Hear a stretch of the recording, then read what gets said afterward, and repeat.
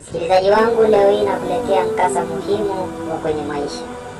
Namna ya kufanya au vishawishi vya kufanya wewe uweze kufanikiwa kimaisha.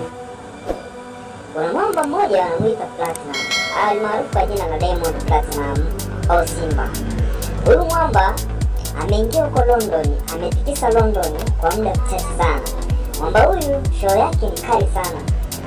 Katoa show ambayo kwa Tanzania nzima imeangalia imesikika. Huyu mwamba ametikisa London nzima kwa show yake. Ila huwezi amini, mwamba huyu amepitia maisha ambayo ni magumu sana. Yaani mwamba huyu ukitazama uhalisia wa maisha aliyotokea, mwamba huyu ametokea kwenye familia ambayo ni ya kimaskini sana.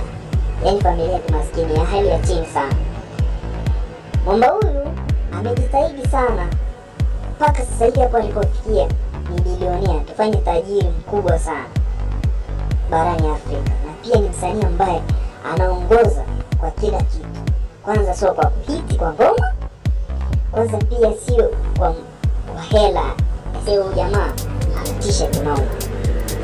Ila mwamba huyu anashauri vijana wenzake na pia anatushauri kwamba sio kwamba tusome tu, hapana, tusome na pia tuwe na challenge.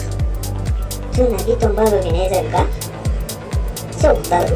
vinaweza kusaidia pia baadaye. Unaweza ukasoma na pia usipate ajira, na pia unaweza ukasoma na ukapata ajira, iko mara mbili. Hivyo unatakiwa mbunifu. Oh, mwamba bana, maisha aliyopitia ni maisha ambayo ni magumu sana, lakini sasa hivi anaishi maisha mazuri, ambadilisha maisha aliyotokea. Hivyo msikilizaji wangu, mwanafamilia wangu,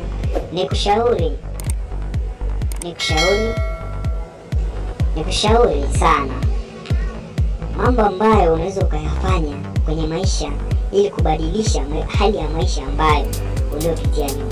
Cha kwanza ni kupambana. Unapambanaje?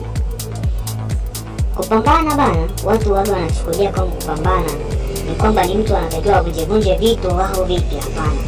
Yaani kupambana ni mtu ambaye anatakiwa ajitume na ajiwekee malengo kwamba anatakiwa kufanya hivi na hivi na hivi na hivi, kupangilia mipango yake kwamba mwaka huu natakiwa niwekeze kiasi hichi na hiki hivi na hivi ili niweze kuendelea kimaisha. Na pia unajua kupambana bana, watu wengi wanajua kupambana ni kuweka tu malengo. Hapana. Unaweka malengo na pia unaangalia, je, kwa mwaka huu nimefanya nini na nimeendelea vipi? Kwa mwezi huu maendeleo yangu ni vipi? Ile mwamba anajiita Platinum. Huyu mwamba kwa wiki anahiti balaa. Kwanza Afrika nzima wanamkubali mwamba.